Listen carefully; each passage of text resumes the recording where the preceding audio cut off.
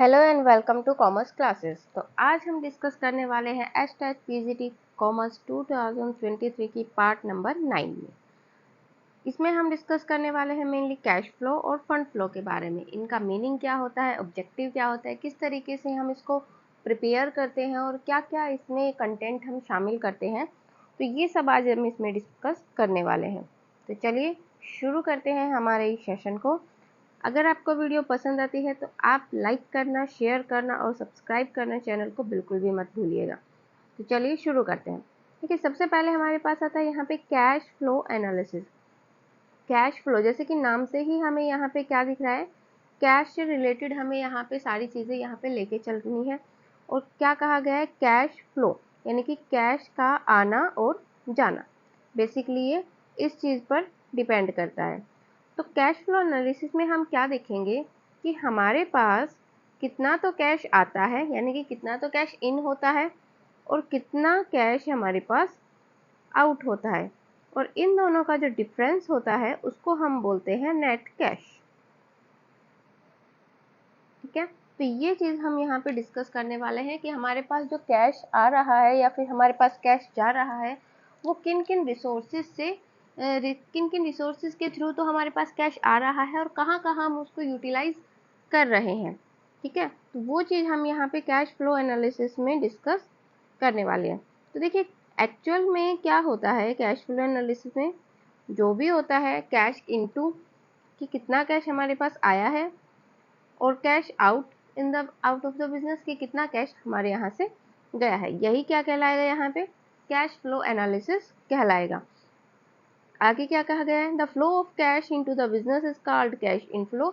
अगर cash business के अंदर आ रहा है तो उसको हम यहाँ पे क्या बोलते हैं, कैश इनफ्लो यहाँ पे बोला जाएगा। और अगर कैश बिजनेस के बाहर जा रहा है तो उसको यहाँ पे कैश आउटफ्लो कहा जाएगा। और इन दोनों के बीच का जो डिफरेंस होगा, यानी कि कैश इनफ्लो और कैश आउटफ्लो, इन दोनों के बीच का जो डिफरेंस होगा उसको यहाँ पे क्या बोला जाएगा, नेट कैश फ्लो यहाँ पे बोला जाएगा। क्लियर। चलिए आगे यहाँ पे क्या कहा गया है, cash flow statement is prepare to project the manner in which the cash has been received. इसमें हम क्या देखते हैं, कैश फ्लो स्टेटमेंट जब हम प्रिपेयर करते हैं तो उसमें हम क्या देखते हैं कि किस तरीके से, यानी कि हमारे पास ऐसे कौन कौन से रिसोर्सेज हैं जिनसे हमने कैश रिसीव किया है। तो यहाँ हमने क्या देखा, ऐसे हमारे पास कौन कौन से रिसोर्सेज हैं जिनसे हमें कैश मिल रहा है। साथ ही साथ हम क्या देखेंगे कि हमारे पास जो कैश आया है, जो कैश हमें रिसीव हुआ है, उस कैश को हम किस तरीके से यूटिलाइज कर रहे हैं, इस चीज़ को भी हम यहाँ पे देखेंगे। यूटिलाइज मीन्स हम उसको किस तरीके से उपयोग कर रहे हैं, हम कहाँ कहाँ उसको इन्वेस्ट कर रहे हैं, कौन कौन से ऑपरेटिंग फंक्शन हम उससे कर रहे हैं। तो वो सारा किसमें हम डिस्कस करते हैं, यहाँ पे कैश फ्लो एनालिसिस में यहाँ पे डिस्कस किया जाता है। ठीक है, आगे क्या कहा गया है, इंपॉर्टेंट टूल है, ऑब्वियसली इंपॉर्टेंट टूल है क्योंकि इसमें हम क्या देखते हैं कि हमारे पास कितना कैश आया और उसको हमने किस तरीके से यूटिलाइज किया है। ठीक है, और रीज़न यहाँ पे बताता है कि किस तरीके से कैश आपने चेंज किया है, आपने उसको कैसे जो आप उसको कैसे तो लेके आए हो और किस तरीके से आपने उसको फर्दर आगे यूटिलाइज किया है, यूज़ किया है, या फिर आपने किस तरीके से उसको सही गतिविधियों में लगाया है। तो इससे क्या पता चलता है, एसेसिंग करता है लिक्विडिटी। लिक्विडिटी क्या होती है, तरलता, यानी कि कंपनी की जो कैपेसिटी है कैश को लेने की और उसको यूज़ करने की, वो कितनी है, क्या वो आसानी से मार्केट से कैश उठा सकती है और आसानी से कोई भी वस्तु खरीद सकती है। तो वो चीज़ होता है यहाँ पे लिक्विडिटी। ठीक है, तो उस चीज़ को हम यहाँ पे क्या कर सकते हैं, एसेस कर सकते हैं, यानी कि उसका अनुमान लगा सकते हैं कि लिक्विडिटी पोजीशन कैसी है। ठीक है, लिक्विडिटी पोजीशन से क्या हम पता लगा सकते हैं, जैसे मान लीजिए बैंक है, अगर आपके बिजनेस को पैसा लेना है तो वो बैंक के पास जा रहा है। अगर बैंक उसको ज़्यादा डिले ना कराते हुए जल्दी से जल्दी पैसा दे देता है एक बिजनेस को, तो उस कंडीशन में हम क्या कहेंगे कि हमारी जो लिक्विडिटी पोजीशन है वो कैसी है, बहुत ही स्ट्रोंग है।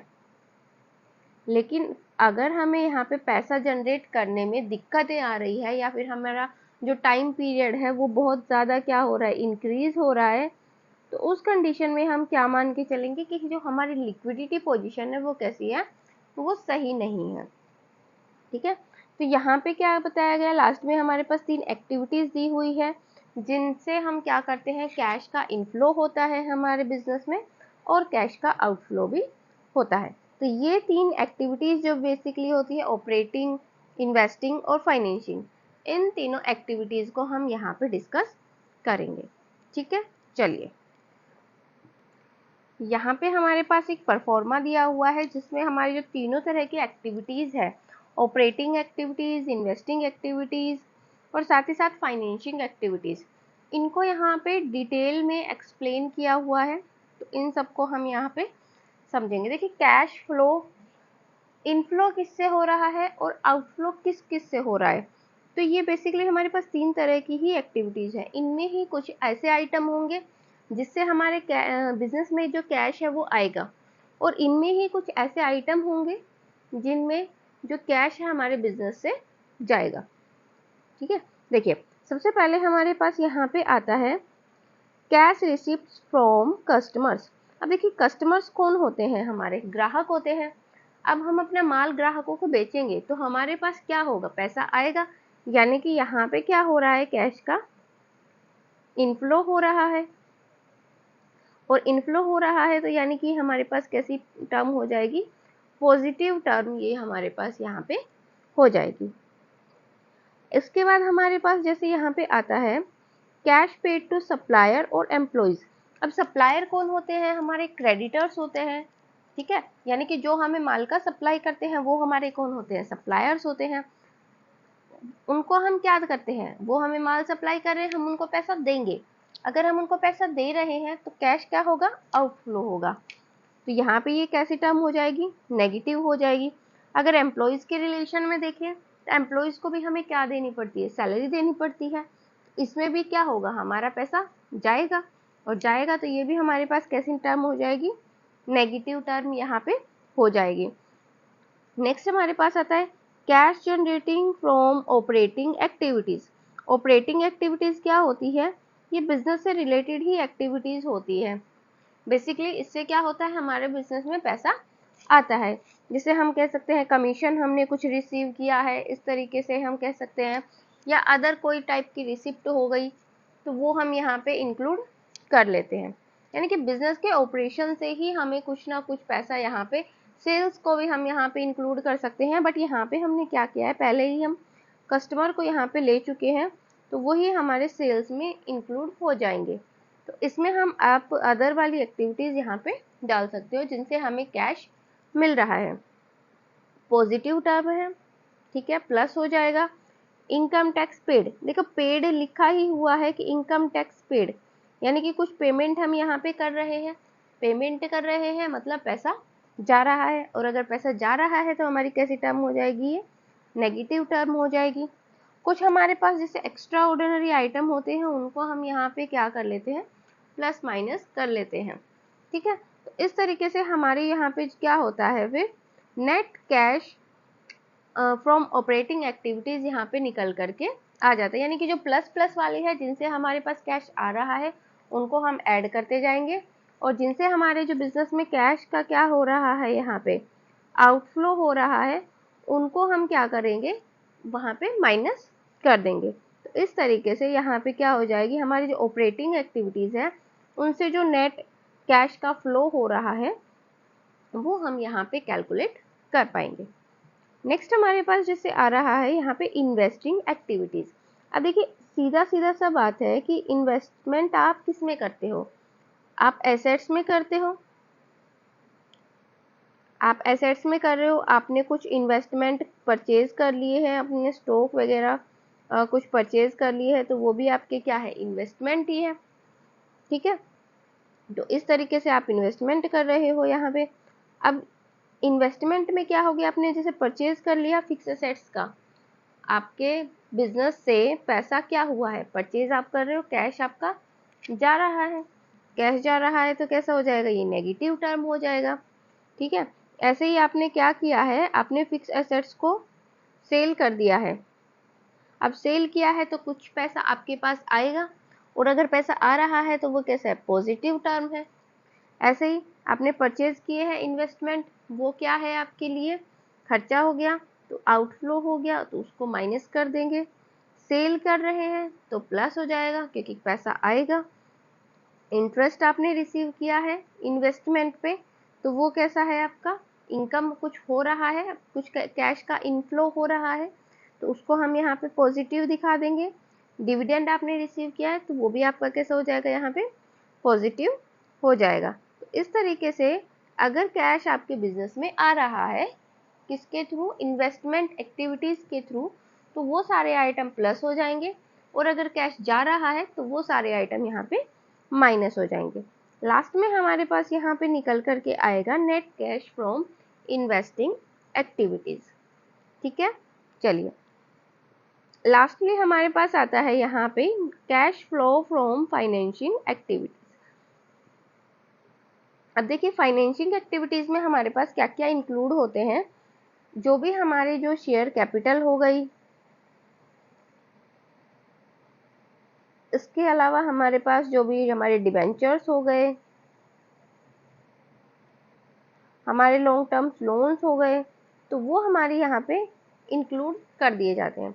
अब देखिए हमने क्या किया है, हमने अगर शेयर खरीदा है तो हमारे क्या होंगे, कैश का आउटफ्लो होगा, हमारा जो कैश है वो जाएगा। लेकिन अगर हमने शेयर को सेल कर दिया है तो उस कंडीशन में क्या होगा, पैसा हमारे बिजनेस में आएगा। तो यहाँ पे क्या हुआ है, proceed from issue of share capital, हमने इशू किया है तो पैसा हमारे पास आ रहा है। लॉन्ग टर्म बोरोइंग्स हमने क्या किया, इशू की है, पैसा आएगा। रीपेमेंट अगर हम यहाँ पे कर रहे हैं, यानी कि हम पे कर रहे हैं किसी को, तो पैसा जाएगा, यानी कि नेगेटिव टर्म हो जाएगा। इंटरेस्ट हम पे कर रहे हैं, नेगेटिव टर्म हो जाएगा। डिविडेंड हम पे कर रहे हैं, अब यहाँ पे जो डिविडेंड है वो हम किस पे कर रहे हैं, हमारा जो ये शेयर कैपिटल है इस पे कर रहे हैं, और इंटरेस्ट हमारी जो ये लॉन्ग टर्म बोरोइंग्स है इस पर हम पे कर रहे हैं। तो यहाँ पे कैश क्या क्या होगा, आउटफ्लो हो जाएगा। तो लास्ट में हमारे पास क्या आ जाएगा, नेट कैश आ जाएगा हमारे पास, किससे, फाइनेंशिंग एक्टिविटीज से।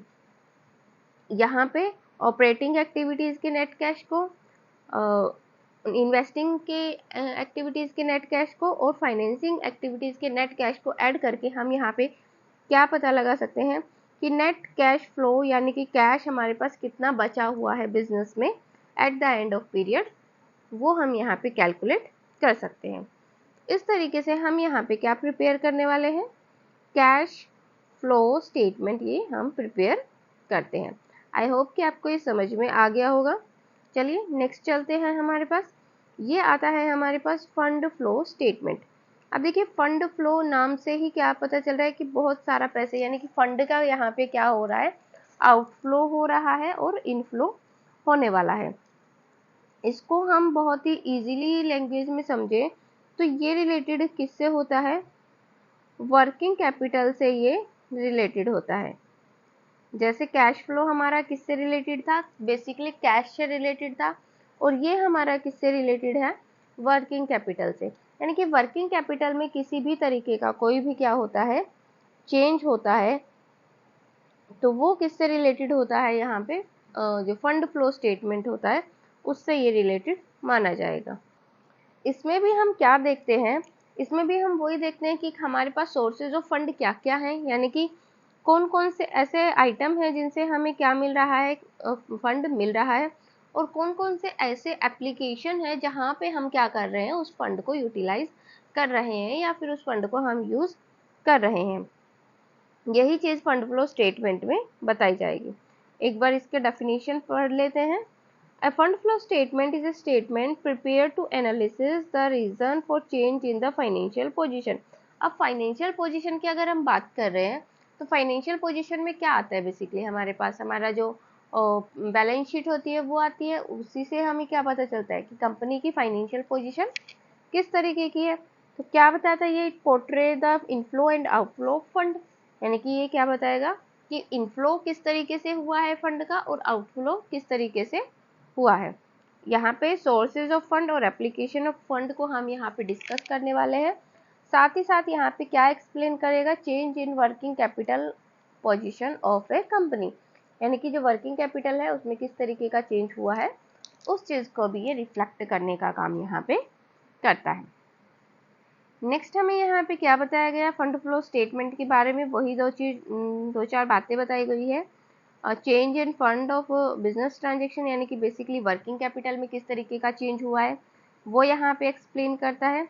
There is always a flow of fund change in working capital by these transaction which, देखिए इसमें बेसिकली क्या होता है, जो भी हम ट्रांजेक्शन करते हैं उससे इफेक्ट पड़ता है। और क्या इफेक्ट यहाँ पे पड़ने वाला है, या तो आपकी जो करंट असेट्स है उसमें कुछ ना कुछ इफेक्ट होगा। इफेक्ट होने से मतलब या तो वो इंक्रीज होंगी या फिर डिक्रीज होंगी। दूसरा आपकी क्या होती है, करंट लायबिलिटीज। एक इफेक्ट तो ये होगा, या तो आपकी करंट लायबिलिटीज इंक्रीज होगी या फिर डिक्रीज होगी। तो ये बेसिकली इसके रिगार्डिंग ही चलता है, क्योंकि वर्किंग कैपिटल को हम किसका क्या मान के चलते हैं, रिलेशन मान के चलते हैं करंट असेट्स और करंट लायबिलिटीज का। निकालते भी है तो हम ऐसे ही निकालते हैं कि करंट असेट्स में से करंट लायबिलिटीज माइनस कर देते हैं, तो हमारी जो निकल करके आती है वो क्या होती है, वर्किंग कैपिटल आ जाती है। तो ये चीज़ को आपको यहाँ पे याद रखना है। यहाँ पे ट्रांजेक्शन हमें बताई हुई है, जैसे एंट्री हम टू साइडेड करते हैं, आइदर इट इज़ डेबिट और इट इज़ क्रेडिट। ठीक है, जब भी हम यहाँ पे एनालिसिस करेंगे कि कोई भी ट्रांजेक्शन हमने किया है उससे flow of fund, fund flow में हम क्या देखते हैं, फ्लो ऑफ फंड ही देखते हैं। तो फ्लो ऑफ फंड यहाँ पे हो रहा है या नहीं हो रहा है वो किस तरीके से हम यहाँ पे पता लगाएंगे, उस चीज़ को हम यहाँ पे देख लेते हैं। जैसे हमने कोई भी ट्रांजेक्शन किया है, ट्रांजेक्शन करने पर क्या होगा, जैसे हमने पहले ही डिस्कस किया था, या तो हमारी करंट असेट्स में चेंज होगा, या तो हमारी करंट असेट्स में चेंज होगा, या फिर हमारी करंट लायबिलिटीज में चेंज होगा। ठीक है, और अगर इन दोनों में ही चेंज हो रहा है तो वो हम यहाँ पे फ्लो ऑफ फंड नहीं कहेंगे, इसको हम क्या नहीं कहेंगे, फ्लो ऑफ फंड नहीं कहेंगे। इनमें से एक में ही चेंज होना चाहिए, या तो करंट एसेट्स में चेंज होना चाहिए या फिर करंट लायबिलिटीज में हमारी चेंज होना चाहिए। तो एक बहुत ही खूबसूरत सा यहाँ पे एग्जाम्पल दिया हुआ है, सॉरी एग्जाम्पल नहीं, यहाँ पे पिक्चर दिया हुआ है जिसके थ्रू हम बहुत ही आसानी से इसको समझ सकते हैं। देखिए सबसे पहले हमें क्या होता है कि एक हमारे पास कैसी होनी चाहिए, करंट होनी चाहिए। अब वो करंट एसेट्स भी हो सकती है और लायबिलिटीज भी हो सकती है। और दूसरी हमारे पास कैसी होनी चाहिए, नॉन करंट होनी चाहिए, यानी कि वो फिक्स्ड होनी चाहिए। ठीक है, अगर एक हमारे पास करंट है एक नॉन करंट है तो उस फ्लो को हम यहाँ पे क्या कहेंगे, फ्लो ऑफ फंड यहाँ पे कहेंगे। दूसरा कंडीशन हमारे पास क्या है कि अगर हमारे पास दोनों ही करंट है या दोनों ही हमारे पास नॉन करंट यानी कि फिक्स्ड है तो उसको हम यहाँ पे फ्लो ऑफ फंड नहीं कहेंगे। तो ये चीज़ हमें यहाँ पे याद रखनी है कि हमारी जो इफेक्ट हो रहा है वो कैसा होना चाहिए, एक तो यहाँ पे करंट में होना चाहिए और एक नॉन करंट में होना चाहिए। उसी कंडीशन को हम यहाँ पे क्या कहेंगे, फ्लो ऑफ फंड यहाँ पे कहेंगे। अगर दोनों ही करंट है दोनों ही नॉन करंट है तो हम उसको फ्लो ऑफ फंड यहाँ पे नहीं बोलेंगे। क्लियर हो गया। चलिए नेक्स्ट हमारे पास यहाँ पे आता है सोर्सेज ऑफ फंड और एप्लीकेशन ऑफ फंड, यानी कि हमें कहाँ कहाँ से जो फंड है वो रिसीव होगा और कहाँ कहाँ हम उसको यूज़ करेंगे वो चीज़ हम यहाँ पे डिस्कस करेंगे। देखिए सोर्सेज यहाँ पे क्या क्या हो सकते हैं हमारे पास, जैसे शेयर हमने इशू कर दिए, डिबेंचर इशू कर दिए कैश के लिए, सेल कर दिया हमने एसेट्स को, लॉन्ग टर्म लोन्स हमने यहाँ पे ले लिए हैं, डिक्रीज हो रहा है किसी भी तरीके से वर्किंग कैपिटल में। अब डिक्रीज कैसे हो सकता है, मान लीजिए आपने क्या कर दिया, आपके पास कोई करंट एसेट्स थी, आपने करंट एसेट्स में मान लिए डेटर्स,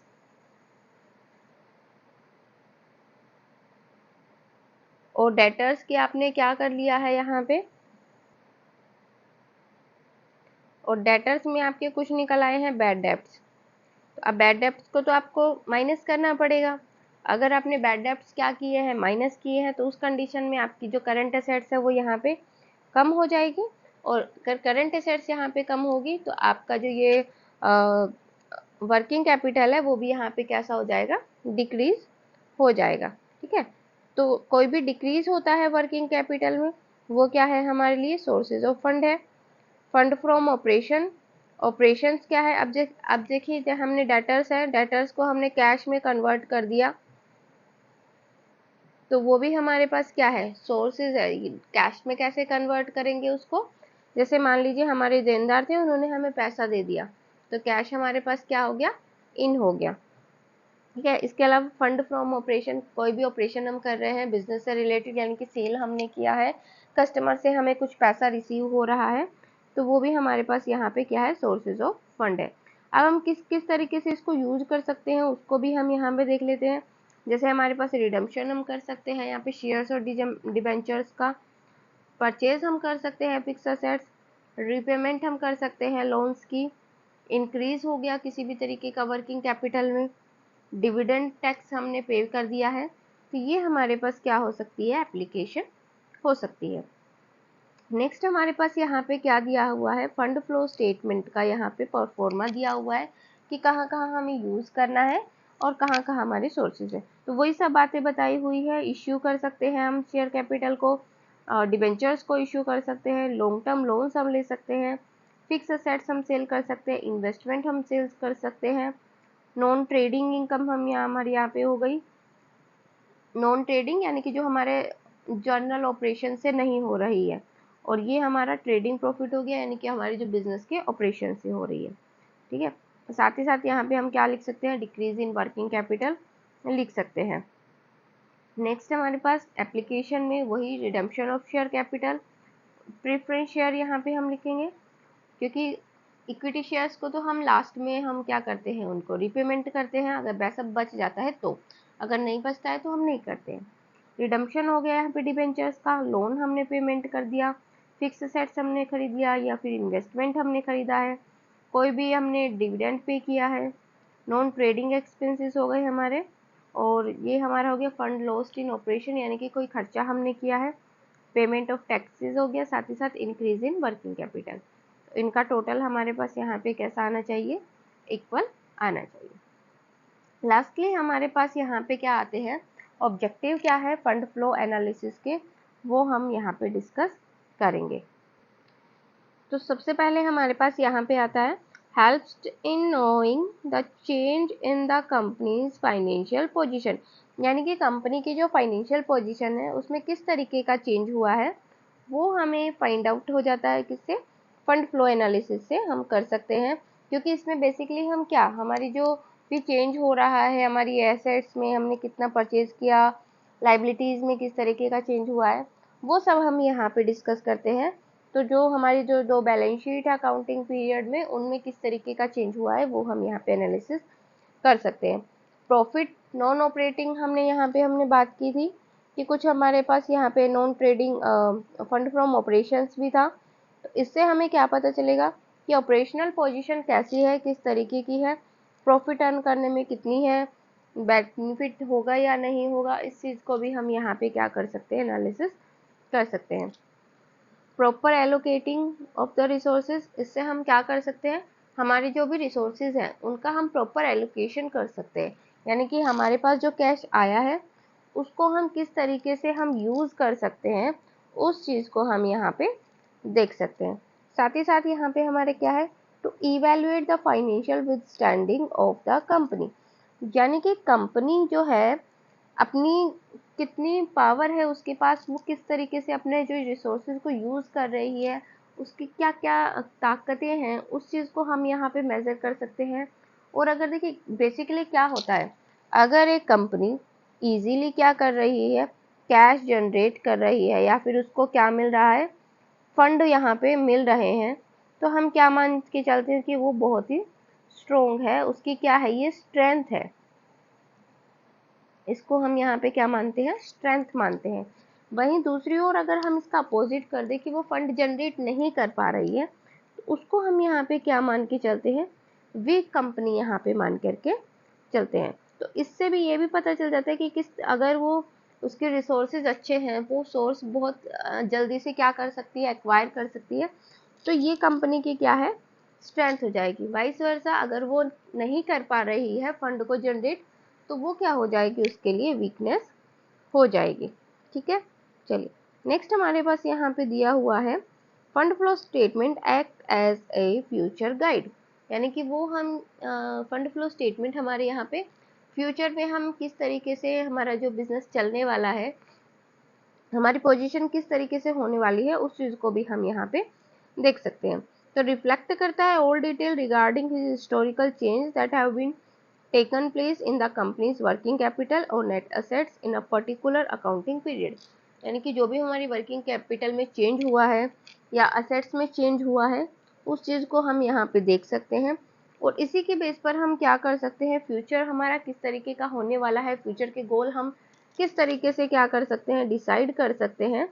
तो वो चीज़ यहाँ पे मैटर करती है। तो इन सब में फंड फ्लो हमारी जो हेल्प है वो करता है। तो ये था हमारा आज का सेशन, जिसमें हमने डिस्कस कर लिया है आज कैश फ्लो के बारे में, और इसका मीनिंग, ऑब्जेक्टिव, प्रिपरेशन हम किस तरीके से करते हैं, वो सब हम यहाँ पे डिस्कस कर चुके हैं। कौन कौन सी एक्टिविटीज़ होती है जिनके थ्रू हमारे पास कैश का आता है, और कौन कौन सी एक्टिविटीज़ होती है जिनसे हमारा जो फंड है वो यहाँ पे आता है। तो ये सब हम आज डिस्कस कर चुके हैं। वीडियो पसंद आई हो तो लाइक कीजिए, शेयर कीजिए, और कोई भी क्वेरी हो तो उसके लिए आप हमें कमेंट भी कर सकते हैं। ठीक है, इसका नेक्स्ट पार्ट आपका जल्द ही आ जाएगा। एस्टेट पीजीटी कॉमर्स की तैयारी करते रहिए और आगे बढ़ते रहिए। धन्यवाद।